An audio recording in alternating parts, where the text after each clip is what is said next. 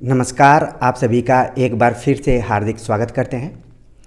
प्रिय विद्यार्थियों, प्रतियोगी परीक्षाओं की तैयारी करते करते हमें उन व्यक्तित्वों से भी प्रेरणा लेनी चाहिए जो अपनी मेहनत से कोई मुकाम हासिल किए हों। तो हमारी कोशिश रहती है कि बीच बीच में ऐसे लोगों से आप सभी की मुलाकात कराई जाए जो कि अपने दम पर अपने जीवन में सफल हुए हों। तो आज इस तरीके का ये तीसरा प्रोग्राम है। इसके पहले हमने दो महत्वपूर्ण व्यक्तित्वों से आप सभी से परिचय कराया था। उसी कड़ी को आगे बढ़ाते हुए आज हमारे बीच मौजूद हैं डॉक्टर दिनेश पाल जी, जो कि वर्तमान समय में जयप्रकाश विश्वविद्यालय के अंगीभूत कॉलेज में सहायक प्राध्यापक के पद पर कार्यरत हैं। और इस मुकाम तक पहुंचने में उन्होंने बहुत ही संघर्ष किया, मेहनत किया, जिसका कि इनको प्रतिफल मिला। तो इनसे हम इनके अकादमिक जीवन से संबंधित बातों पर चर्चा करेंगे। साथ में उन्होंने पढ़ाई करते वक्त किस तरीके से परीक्षाओं की तैयारी की और अलग अलग परीक्षाओं की तैयारी की, तो कैसे यहाँ तक वो पहुँचे हैं, इन सभी चीज़ों पर हम चर्चा करेंगे। शुरुआती एकेडमिक जीवन पर बात करें तो इन्होंने गांव से पढ़ाई शुरू की और उच्च शिक्षा के लिए काशी हिंदू विश्वविद्यालय यानी कि BHU में इन्होंने दाखिला लिया। वहां से BA किया, B.Ed, MA और PhD तक पूरी शिक्षा इन्होंने BHU से ली। तो एकेडमिक रहा, अच्छा रहा। तो मैं सर से पहला सवाल यही करूँगा कि उच्च शिक्षा के लिए इन्होंने BHU को ही क्यों चुना, क्योंकि हमारे इस चैनल से बहुत सारे ऐसे विद्यार्थी जुड़े हुए हैं जो कि BHU के लिए प्रवेश परीक्षा की तैयारी भी कर रहे हैं और वहाँ पर दाखिला भी लिए हुए हैं। तो सर ने किस तरीके से अपने उच्च शिक्षा को बढ़ाने के लिए BHU को चुना, उनसे हम जानते हैं। धन्यवाद सर। सबसे पहले तो आपके चैनल पर सुन रहे सभी अभ्यर्थियों को मैं स्वागत करता हूं, अभिनंदन करता हूं। मैं BHU को चुना या कहें कि BHU का जाने का संयोग बना, क्योंकि ऐसा कोई परिवेश नहीं था कि हम ढेर सारे हमारे पास विकल्प हों और हम उनके बारे में सोच रहे हों, चुन रहे हों। क्योंकि वैसे परिवेश से मेरा वास्ता नहीं था, हम उस पले बढ़े नहीं थे। क्योंकि हम तो सोचे भी नहीं थे कि विश्वविद्यालय जाएंगे, ऐसी स्थिति थी पारिवारिक। क्योंकि पहली पीढ़ी थी पढ़ने लिखने वाली, गरीब मजदूर परिवार के व्यक्ति थे। जब संयोग ऐसा बना कि जब मैं हाई स्कूल पास किया 2006 में, तो मैं तो सोचा कि जैसे हमारे गांव के लोग तमाम हाई स्कूल पास करते हैं, बाहर कमाने चले जाते हैं फैक्ट्री में। मेरे भैया खुद गए थे, सोचा हम भी चलें कमाने। लेकिन उस समय उम्र मेरी इतना कम लग रही थी, बच्चे लग रहे थे कि भैया ने कहा कि इंटर कर लो। फिर इंटर मैंने किया, वहीं से सरकारी कॉलेज है भभुआ में, पटेल कॉलेज। 2008 में इंटर पास किया। तो उस समय लगा कि इंटर पास करके अब चलेंगे फैक्ट्री में, मतलब वो मेरे उस परिवेश आस पास का जो स्थिति था। लेकिन उसी बीच अभी इंटर का पास नहीं किए थे, परीक्षा होने से पहले फॉर्म आया था BHU का। और हम भभुआ के हैं, तो भभुआ से बनारस नज़दीक पड़ता है, 60-70 किलोमीटर की दूरी है। तो वहाँ इलाज के लिए, शिक्षा के लिए सब बनारस नज़दीक पड़ता है। पटना हमसे दूर ज़्यादा पड़ जाता है, 200। तो उसी समय मेरे साथ के जो दोस्त थे वो सब BHU का फॉर्म भर रहे थे, और मेरा जो बहुत करीबी दोस्त था वो भी भरा था। एक दिन संयोग से उसकी दादी ने मुझे व्यंग में कहा कि मेरा भोजपुरी में कि हमारा पोता BHU में जा रहा है, अब नहीं जाइएगा साथ में पढ़ने। तो पता नहीं उसका थोड़ा कहने का लहजा ऐसा था कि मुझे बहुत अंदर तक चुभ गया। और उस दिन मैं तय किया कि नहीं, मैं BHU का फॉर्म भरूंगा। और मैं अपने घर पर जाकर जिद किया कि मैं भरूंगा। तो मेरी माँ ने पास के हमारे गाँव के थे राजपूत जाति के लोग जिसे ब्याज पे पैसा देते हैं, तो मेरी माँ ने 500 रुपया ब्याज पे ली थी, 800 रुपया प्रति सैकड़ा प्रति माह। और मैं BHU फॉर्म भरा। तो मैं कहें संयोग जैसा, और हमने फिर तैयारी किया और उसके बाद BHU जाने का संयोग बन गया। जी, बिल्कुल सही बात आपने कही सर, क्योंकि हम जिस परिवेश से यहाँ पर जुड़े हुए हैं और हमारे चैनल पर भी बहुत सारे ऐसे विद्यार्थी हैं जो कि हमारे ही परिवेश और पृष्ठभूमि से ताल्लुक़ रखते हैं। और पूर्वांचल का कहें या फिर बिहार के जो भी सीमांचल इलाका है, ख़ासतौर से जो उत्तर प्रदेश से जुड़ा हुआ है, तो वहाँ के बच्चों का एक सपना रहता है कि वो BHU में पढ़ें और और उनके लिए बीएचयू ही बहुत बड़ी जगह उस समय मानी जाती है। तो आपने बीए वहाँ से किया और जैसा कि बातचीत में आप बता रहे थे कि आपने बीएड भी वहीं से किया है। तो बहुत सारे ऐसे विद्यार्थी हैं जो कि बीएड को लेकर भी काफ़ी कंसर्न रहते हैं। तो सर, आपने बीएड कब किया और बीएड करने का जो सही समय है वो क्या है? क्योंकि बहुत सारे विद्यार्थियों के मन में एक कन्फ्यूजन सा रहता है कि बीए के बाद करें या फिर एमए के बाद करें, तो इसके बारे में आपका। जी, बहुत सही सवाल कर रहे हैं आप। ऐसी स्थिति हम लोग वहाँ पे महसूस की अपने साथ भी। दरअसल मैं जब बीए करने गया था, वो भी एक मेरे लिए बड़ा ही ऐतिहासिक कहें या बहुत ही यादगार पल है कि उस समय तो मैं प्रवेश परीक्षा का फॉर्म भर दिया, लग नहीं रहा था कि निकल जाएगा, घर वाले लोग को भी बोला कि नहीं होगा। लेकिन जब लेटर उसमें ज्वाइनिंग लेटर, उस समय ऑनलाइन तो चलता नहीं था उतना, ज्वाइनिंग लेटर जब आया घर पे, ज्वाइनिंग लेटर बोल रहे हैं, एडमिशन के लिए लेटर। जी जी। तो अब स्थिति आई कि कैसे एडमिशन लें या ना लें। तो उस समय किसी तरह फिर हम घर की इच्छा के विरुद्ध जाकर हमारे भैया के घर पे कुछ दूसरे जरूरी काम से पैसा भेजे थे, हम लेकर भाग गए थे और जाकर नामांकन करा लिए। फिर बीए में 3 साल किसी तरह गार्जियन को ढकेलते रहा कि कहते रहा कि अब हम 3 साल बाद लौट जाएंगे। फिर 3 साल जब बीए पार्ट 3 में गया तब देखा कि वहाँ बीएचयू में जो मैं देखा कला संकाय में हर बच्चा लगभग मतलब बीएचयू बीएड के लिए बीए पार्ट 3 में लग जाता है। तो उस समय मेरे सब जो साथ के दोस्त थे, हिंदी वाले खासकर ऑनर्स वाले, सब तैयारी कर रहे थे। तो उस समय मैंने बीएड का फॉर्म भरा और घर से बोला कि 1 साल और समय दीजिए, और बीएड का फॉर्म भरा और निकल भी गया था। यानी कि मैं बीए के बाद 2011-12 में बीएड किया। लेकिन उस समय जब मैं बीएड में था तो अधिकांशतः मेरे जो सहपाठी थे बीएड के, वो पीजी करके आए हुए थे। जी जी। और उसके बाद फिर देखा कि कई विद्यार्थियों में इस उलझन में रहे, कई बार हमसे पूछते रहे जूनियर कि बीएड कब करें कब ना करें। तो मेरा जो अनुभव करता है या मेरी जो समझ है कि एक तो स्थिति परिवार का जो है, पारिवारिक आर्थिक स्थिति खासकर वह भी बहुत कुछ तय करता है। जैसे जो बच्चे एकदम क्या बोलते हैं गरीब परिवार से रहते हैं, उन्हें लगता है कि कितना जल्दी हमें नौकरी मिले। जी जी। तो हम मेरे जैसा विद्यार्थी उस परिवेश का था। मैं 10वीं के बाद से मैं सोचता था 18 साल कब पूरा हम नौकरी दें, तो लगा कि बीए के बाद तो बीएड करें। लेकिन जैसे थोड़ा भी अगर जिसके पास परिवार में धैर्य वेयर करने लायक, मतलब सहने लायक आर्थिक स्थिति थोड़ा ठीक हो, तो उसको थोड़ा इंतजार करना चाहिए। तो अगर आप जल्दी नौकरी चाह रहे हैं कि आगे नहीं पढ़ना है तो बीए कीजिए और बीएड कर लीजिए। तब 1 साल का था, अब 2 साल का हो गया। बीएड कीजिए, उसके बाद आप बीएड करने के बाद आप नौकरी में तैयारी में लग जाएंगे, तो उस समय पीजी में भी आप करते रहेंगे और नौकरी की तैयारी भी करते चलेंगे। अगर बाई चांस पीजी कंप्लीट होने से पहले, पूरा करने से पहले आपकी नौकरी लग जाती है तो आप इग्नू से भी कर सकते हैं। लेकिन आपको लग रहा है कि इतनी बहुत ज़रूरी, मतलब हड़बड़ी नहीं है, तो मुझे लगता है कि एमए करके बीएड करना ज़्यादा बेहतर रहता है उस स्थिति में। जी जी।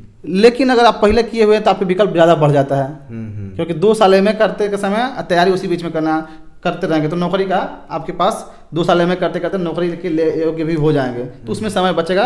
लेकिन उसमें कई जगहों का एमए छूट जाता है। तो मैं कहूँगा कि हर विद्यार्थी को, अगर सामान्य परिवार का, हिंदी के अधिकांशतः हम लोग जिस विषय के हैं, हिंदी विषय के अधिकांशतः बच्चे हमारे आप जैसे परिवेश से ही होते हैं, ग्रामीण परिवेश के होते हैं, और उन्हें बहुत नौकरी का दबाव रहता है पारिवारिक रूप से। तो उस स्थिति में वे बीए के बाद बीएड कर लें, तैयारी करें, मतलब एंट्रेंस दें, हो जाए। अगर बढ़िया कॉलेज मिले, बढ़िया यूनिवर्सिटी मिल जाए, सरकारी कॉलेज मिल जाए तो बीएड कर लें। अगर नहीं है तो हड़बड़ाएं ना, मतलब दबाव में जाकर बीएड ना करें, आराम से एमए करें। एमए के बाद बीएड का थोड़ा और गंभीरता से लें और जहाँ से भी हो कर लें। हिंदी वालों के लिए बीएड कर लेना ज़्यादा बेहतर रहता है, क्योंकि हिंदी विषय में टीचर के लिए शिक्षक के लिए बहुत सारी वैकेंसी रहती है। और मैं तो बार बार कहता हूँ दोस्तों से कि आर्ट्स फैकल्टी या सोशल फैकल्टी में हिंदी सबसे अधिक शिक्षक देता है हिंदी विभाग वहाँ का, क्योंकि वहाँ पे सीट बहुत होते हैं। तो ये मेरा अनुभव रहा है। जी, आप बिल्कुल सही सर आपने कहा कि आप बीए के बात करें या फिर एमए के बात करें, बहुत कुछ निर्भर करता है विद्यार्थी के आर्थिक पृष्ठभूमि के ऊपर, आर्थिक स्थिति कैसी है। तो जैसा कि आपने कहा भी कि हिंदी विषय ज़्यादातर वही विद्यार्थी लेते हैं जो कि ग्रामीण इलाके के होते हैं या फिर पिछड़े बैकग्राउंड के होते हैं, या फिर अपने पीढ़ी में ऐसा पहली पीढ़ी उच्च शिक्षा में कदम रखती है जो कि कुछ करना चाहती है। तो आपने बीएड कर लिया और बीएड करने के बाद ही आपने कई परीक्षाओं में सफलता हासिल की, टीजीटी पीजीटी में आपका हुआ, लेकिन आपने अपनी उच्च शिक्षा को ब्रेक नहीं किया बल्कि आगे चलकर आपने एमए किया और जेआरएफ भी किया। हम देखते हैं कि बहुत सारे ऐसे विद्यार्थी हैं जो कि उच्च शिक्षा में बहुत ज़्यादा टाइम नहीं देना चाहते हैं, वो उनको लगता है कि कब तक पढ़ते रहेंगे, लेकिन आपने इसको आगे बढ़ाया। तो क्या सोचकर आपने एमए नेट इत्यादि को भी आगे रखा? मैं जब बीएड कर रहा था तो उसी समय मैं टेट देना शुरू कर दिया। सी टेट दिया, बिहार का टेट, उसी पहली बार बिहार में टेट आया था जब मैं बीएड में अपेयरिंग में था। तो मैं उसी समय तैयारी कर रहा था साथ साथ, और मैं बीएड संयोग अच्छा रहा कि बिहार का टेट और झारखंड का टेट, उत्तर प्रदेश का टेट मैं बीएड के दौरान ही निकाल लिया था। और उस जैसे बीएड हम लोग पास किए, एमए में एडमिशन लिए, उसके बाद केंद्रीय विद्यालय की बहाली आई थी जिसमें मैं 1 नंबर से चूक गया था, उसमें मेरा नहीं हो पाया था। और उसी समय बिहार में भी टीचर की बहाली आई और मैं बिहार में आवेदन किया, हम लोग साथ सब कर रहे थे और समय लगा कि जहाँ बिल्कुल नौकरी जिस परिवार में मिली नहीं हो तो लगा कि नौकरी जल्दी ले लिया जाए। और मैं अप्लाई किया बिहार में। तो जब लिस्ट आने लगी, मेरिट लिस्ट सूची आई, कई जिलों में मैं अप्लाई किया था, पटना में भी अप्लाई किया था। तो उस समय मैं ईबीसी में आता हूँ, अति पिछड़ा में आता हूँ। पूरे बिहार में मेरी पहली रैंक थी, पहला स्थान पे था। उसका दूसरा स्थान पे जो थी, अभी तो यहाँ पे आ गई हैं जब हम लोग यूनिवर्सिटी में, कॉलेज में असिस्टेंट प्रोफेसर बन के, वो बहुत नीचे थी। तो मुझे लगा कि आत्मविश्वास थोड़ा बढ़ा, फिर मैं योगदान भी कर लिया, नौकरी ज्वाइन भी किया पटना नगर निगम में। लेकिन मैं उस समय लगता था कि मेरे सारे साथ के बच्चे एमए कर रहे हैं, आगे बढ़ेंगे और मैं इस नौकरी में फंस गया और मेरा रैंक अच्छा है, तो क्यों ना एक बार रिस्क लिया जाए और आगे बढ़ा जाए। क्योंकि उस समय तक मेरा जेआरएफ का एग्जाम मैं दिया था और रिजल्ट लगभग आ गया था, जेआरएफ मेरा हो गया था सेकंड सेमेस्टर में ही। तो मुझे लगा कि नहीं, थोड़ा समय देना चाहिए। और मैं अपने पूरे घर परिवार रिश्तेदार को बिना बताए खिलाफ जाकर 1 महीना बाद मालूम चला लो कि मैं नौकरी छोड़ा हूँ घर पे, और मैं छोड़ के चला गया था एमए करने। तो जो थोड़ा देर से थोड़ा धैर्य के साथ कर तो ज़्यादा बेहतर। उस समय लोगों को लगता था कि मैं बहुत गलत डिसीजन लिया हूँ, लेकिन मैं अपने आप से संतुष्ट था। और आज जो कहते थे, जिनको लगता था गलत था, वो आज कहते हैं कि नहीं, बहुत सही निर्णय था। तो थोड़ा समय देना चाहिए तो ज़्यादा बेहतर मिलता है। हाँ, सर ने जैसा कि बताया कि चाहे वो ज़िंदगी हो चाहे पढ़ाई हो, इसमें रिस्क तो लेना पड़ता है और रिस्क के बिना आप आगे नहीं बढ़ पाएंगे। क्योंकि अभी जब हम लोग चर्चा कर रहे हैं तो कई राज्यों के पीजीटी के रिजल्ट आए हुए हैं, जिसमें कि मुझे कुछ बच्चों ने कमेंट्स किया कि मेरा नहीं हो पाया, कुछ बच्चों ने कॉल भी किया कि मेरा हो गया है। तो एक शिक्षक के लिए तो दोनों चीज़ें हो जाती हैं। वो कभी लगता है कि वो खुश है, कभी लगता है कि अन्य बच्चों का नहीं हो पाया तो उसके कारण से दुखी भी रहता है। लेकिन उन बच्चों को बिल्कुल हार नहीं मानना है। मेरी इसीलिए कोशिश रहती है कि ऐसे लोगों से आप सभी का मैं परिचय कराऊं, बातचीत करूं, क्योंकि सफल लोगों की कहानी तो आपने बहुत सुनी होगी और जिनका बहुत बैकग्राउंड बहुत अच्छा रहता है, उनका तेज़ी से आप सोशल मीडिया इत्यादि में हर जगह पर देखते ही हैं। लेकिन ऐसे व्यक्ति तो जो कि सतह से उठकर धीरे धीरे अपने ऊंचाई वाले मुकाम तक पहुँचे हैं, तो उनसे भी आपका हम परिचय कराएं। उसी कड़ी में सर से हम चर्चा कर रहे हैं और काफ़ी इन्होंने जिस हिसाब से अपने एकेडमिक जीवन को याद करते हुए बताया। सर से मैं ये पूछना चाहूँगा कि यहाँ पर बहुत सारे ऐसे विद्यार्थी जुड़े हुए जो कि यूजीसी नेट की भी तैयारी करते हैं और आपने भी जेआरएफ निकाला, और जैसा कि आपने बताया कि सेकेंड सेमेस्टर में आपका जेआरएफ हो गया था।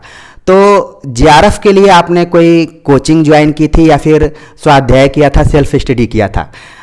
इस चीज़ को लेकर थोड़ा हमारे विद्यार्थियों को आप गाइडेंस कीजिए कि दोनों में से क्या ज़रूरी है ज़्यादातर। देखिए, मैं शुरू में ही बोला कि हम लोग नौकरी की एक दबाव में थे, जल्दी नौकरी मिले।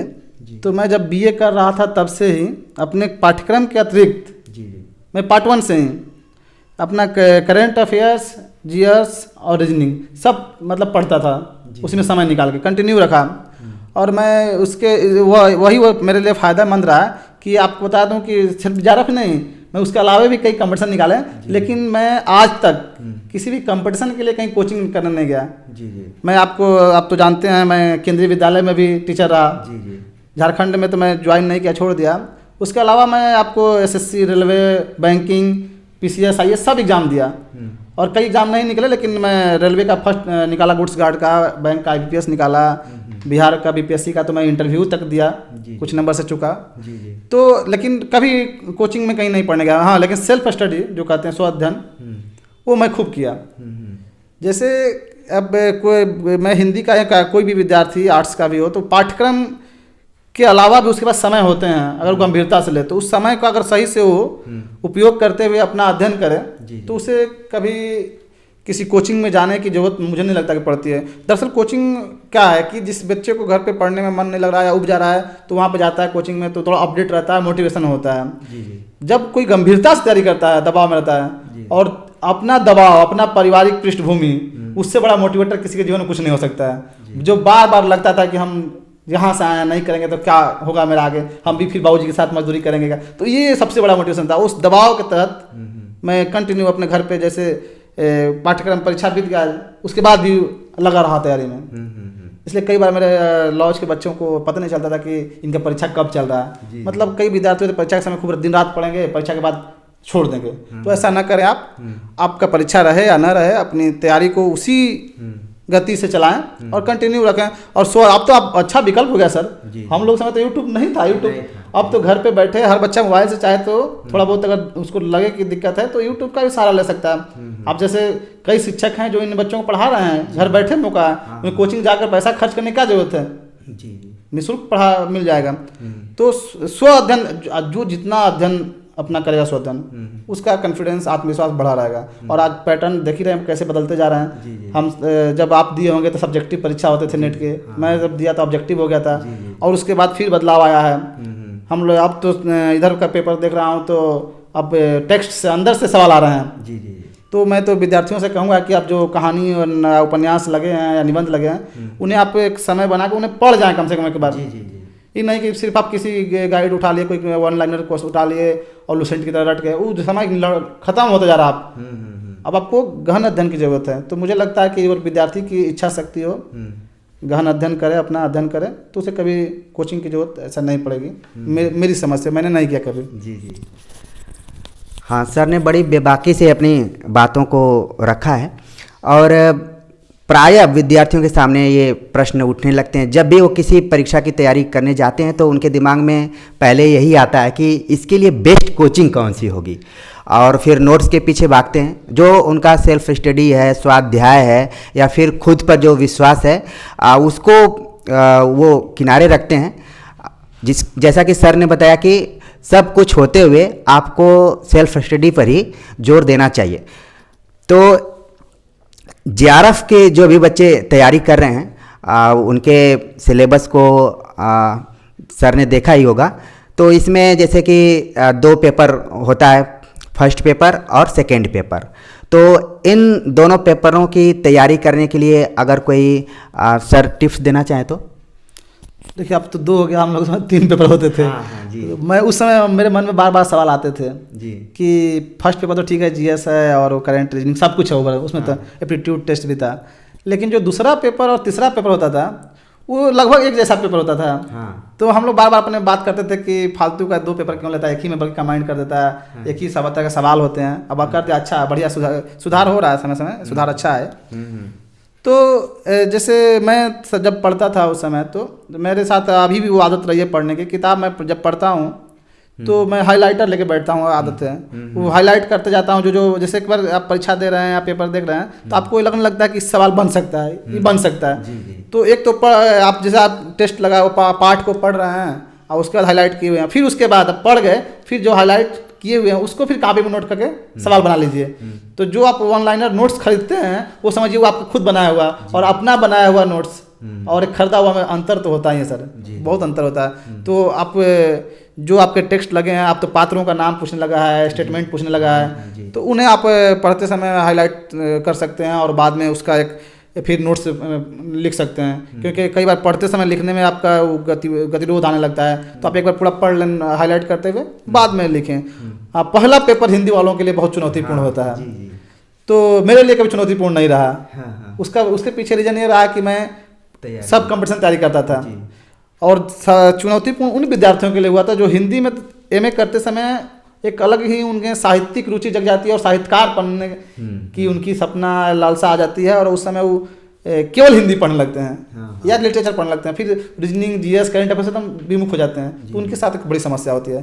तो मैं तो अपने दोस्तों से उस समय भी कहता था कि अभी कम हम लोग को जो ज़रूरी है उस पर ध्यान दो, और जिस तरह का पैटर्न कुछ चल रहा हो उसी के अनुसार तैयारी करो। साहित्यकार बनने के लिए पूरी उम्र बची हुई है।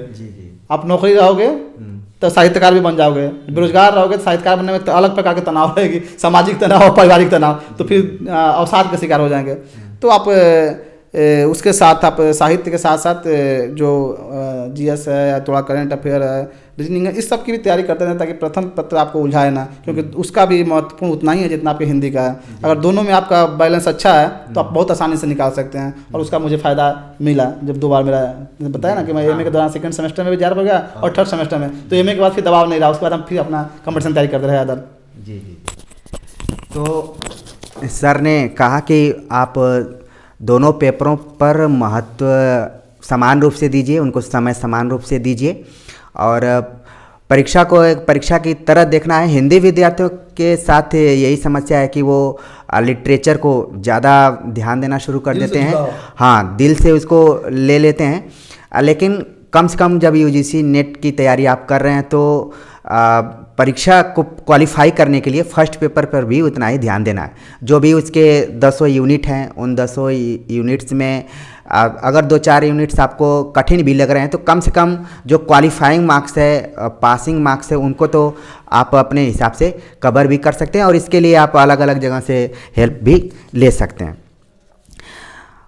सर, मेरा अगला प्रश्न ये है कि अक्सर देखने में यही आता है कि हिंदी विषय पढ़ने वाले जो विद्यार्थी हैं, या तो वो ग्रामीण क्षेत्र के हैं, या फिर पिछड़े इलाके के हैं, या फिर वो किसी दूसरे विषय में बहुत कुछ अच्छा नहीं कर पाए, तो उनको लगता है कि इस विषय को ले लेंगे, अच्छा कर लेंगे, और बहुत सारे विद्यार्थियों ने किया भी है, ठीक है।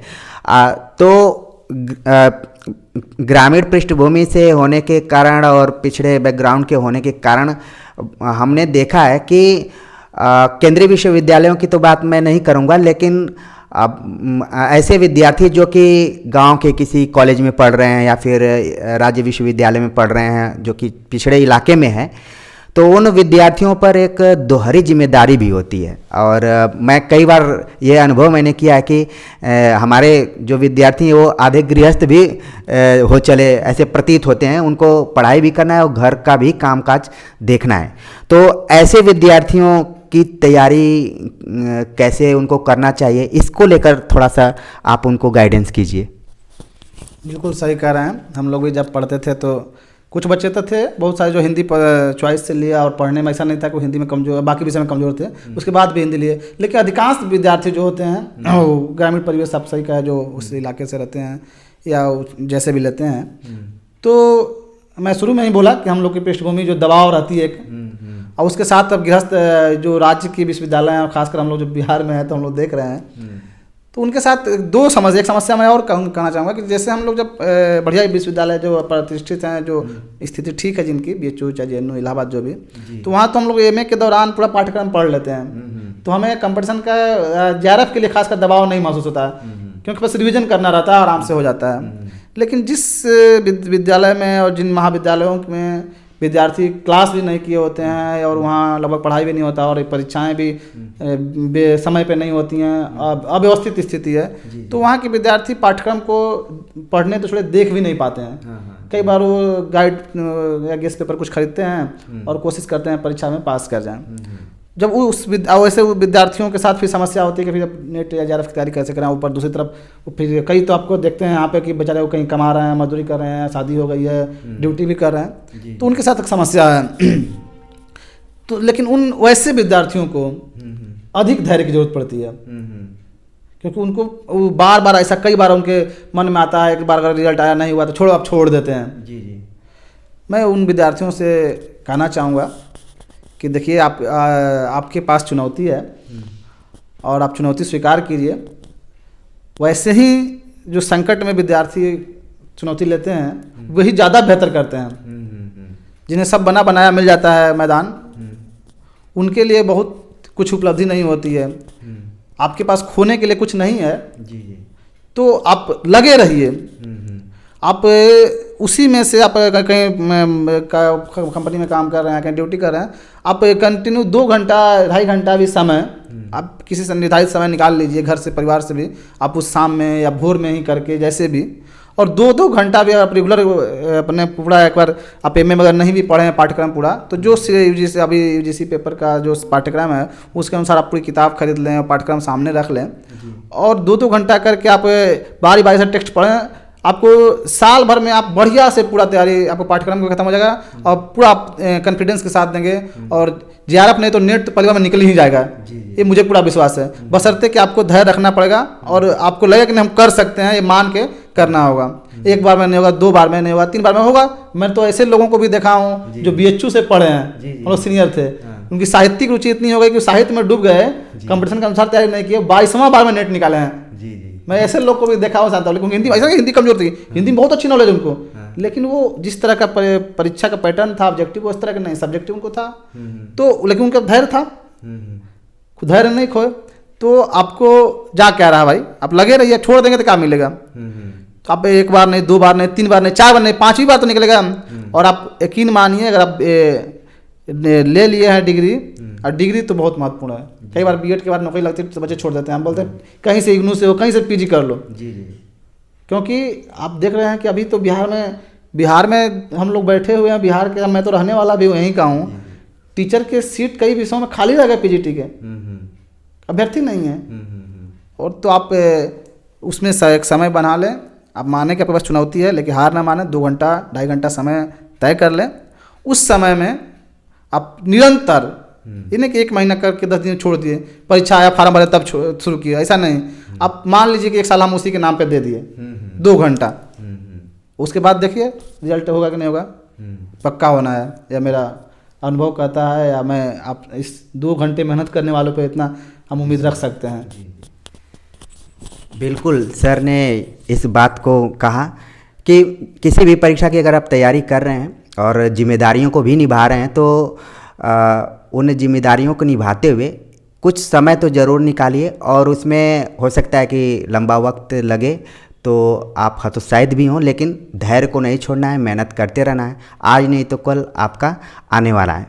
ठीक है, तो देखिए हम लोग तो बीएचयू से जुड़े हुए हैं, वैसे लोगों को सर, जो अगली पीढ़ी होगी वो उससे बहुत मोटिवेट होंगे कि मेरे पिताजी ऐसी परिस्थिति में तैयारी करते रहे, शादी के बाद भी, चाहे इस दबाव में भी करते रहे, तो आपको बच्चों को फिर समझाने की जरूरत नहीं पड़ेगी, वो अगली पीढ़ी का भी काम आएगा आपका उधर। जी हाँ, तो जो लोग देर से नौकरी पा रहे हैं वो उनको बिल्कुल हतोत्साहित नहीं होना है, आगे चलकर वही रोल मॉडल के रूप में भी दिखाई देते हैं। किसी भी व्यक्ति के जीवन में ऐसा नहीं है कि चुनौतियां नहीं है, संघर्ष नहीं है, सबका अपना अलग अलग अनुभव रहा है। उन्हीं अनुभवों को हमने सर से जाना, समझा कि एक सामान्य परिवार से होते हुए असिस्टेंट प्रोफेसर तक के पोस्ट तक पहुंचना और बीच में सिविल सर्विसेज इत्यादि की भी तैयारी करना, अगर देखा जाए तो सोसाइटी में असिस्टेंट प्रोफेसर या प्रोफेसर को बड़ा ही दैवीय भावना से लोग देखते हैं कि आपका जो काम है बहुत अच्छा है।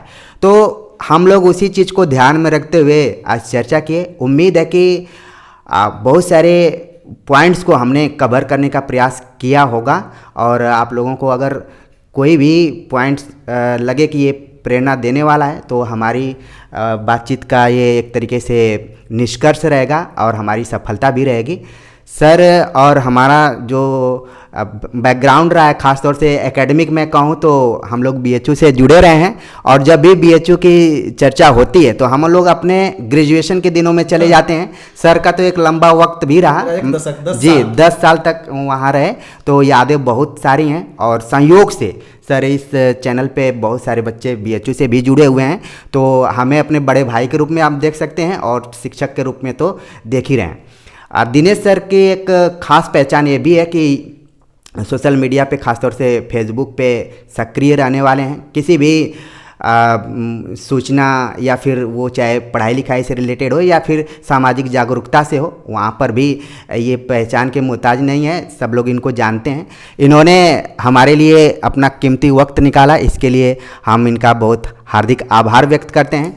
और जब ज़रूरत पड़ेगी कभी, तो जैसे कि बीएड की तैयारी को लेकर या फिर केबीएस में भी 3 साल इनका अनुभव रहा है, तो उसके इंटरव्यू को लेकर या फिर तैयारी को लेकर भी हम इनसे बातचीत करेंगे। और नेट जेआरएफ यहाँ तक कि पीएचडी तक भी हम इनसे गाइडेंस ले सकते हैं। चलते चलते मैं ये पूछना चाहूँगा कि सर, आपने पीएचडी किस टॉपिक पर किया था, जिससे कि हमारे विद्यार्थियों को एक अनुमान लग सके कि अगर उस टॉपिक से रिलेटेड हो तो आप गाइडेंस उनको कर सकते हैं, यहाँ से भी कर सकते हैं और आप अपने जहाँ पे सोशल मीडिया से जुड़े हैं वहाँ पर भी कर सकते हैं। मैं मेहरुनिसा परवेज के कथा साहित्य की अंतर वस्तु एवं अभिव्यक्ति विषय पर मैं शोध किया हूँ। मेहरुनिसा परवेज अभी वहाँ भोपाल में रहती हैं। उनका साहित्य खासकर उसमें आदिवासी था, बस्तर का इलाका, और उसमें आदिवासी और मुस्लिम और महिला तो पूरा उसमें केंद्र में ही थी। तो इस पे मैंने किया। और मैं बता दूं साथ में ये भी कि जिसके मैं अपने निर्देशन में, मेरे निर्देशन में भी शोधार्थी हैं 3, तो उनमें मैं जो करा रहा हूँ शोध, तो एक जो बेचू सरोज विद्यार्थी है जो बीएचयू में जूनियर रहा है, वो यहाँ पे कर रहा है, वो किन्नर विमर्श पे करा रहे हैं। अच्छा, तो किन्नर हिंदी साहित्य में जो किन्नर कहानियाँ हैं उस पर मैं उनकी संघर्ष और संवेदना पर रिसर्च शोध कर रहा हूँ। और एक विद्यार्थी को मैं आप बुद्ध शरण हंस, बिहार के एक बहुत प्रसिद्ध साहित्यकार हैं, आईएएस भी रहे हैं, रिटायर हुए हैं, लेकिन उनकी बहुत ही कर्मठता है, संपादक साहित्यकार हैं। तो उन पर संभवतः पहली पीएचडी हो रही है। तो बुद्ध शरण हंस के साहित्य पे भी मैं करा रहा हूँ। तो मैं अभी मैं जिस पे करा रहा हूँ उससे भी जुड़ा, किसी को कुछ पूछना हो तो पूछ सकता है। और जिस पे मैं किया हूँ उस पर तो पूरा मेरी किताब भी है उस पर, और बता सकता हूँ जी। तो उम्मीद है कि हमारी जो चर्चा रही है, जैसा कि आप जानते हैं कि हम लोग सीमित संसाधनों में बहुत कुछ देने की कोशिश करते हैं, उसी का एक यहाँ पर हमने प्रस्तुति दी है। और आप सभी के कमेंट्स का हमें इंतज़ार रहेगा कि हमारी चर्चा आप लोगों को कैसी लगी। तो दिनेश सर का मैं हार्दिक आभार व्यक्त करता हूं, और आप सभी के कमेंट्स का हमें इंतज़ार रहेगा। तो मिलते हैं एक नए टॉपिक के साथ, तब तक के लिए नमस्कार।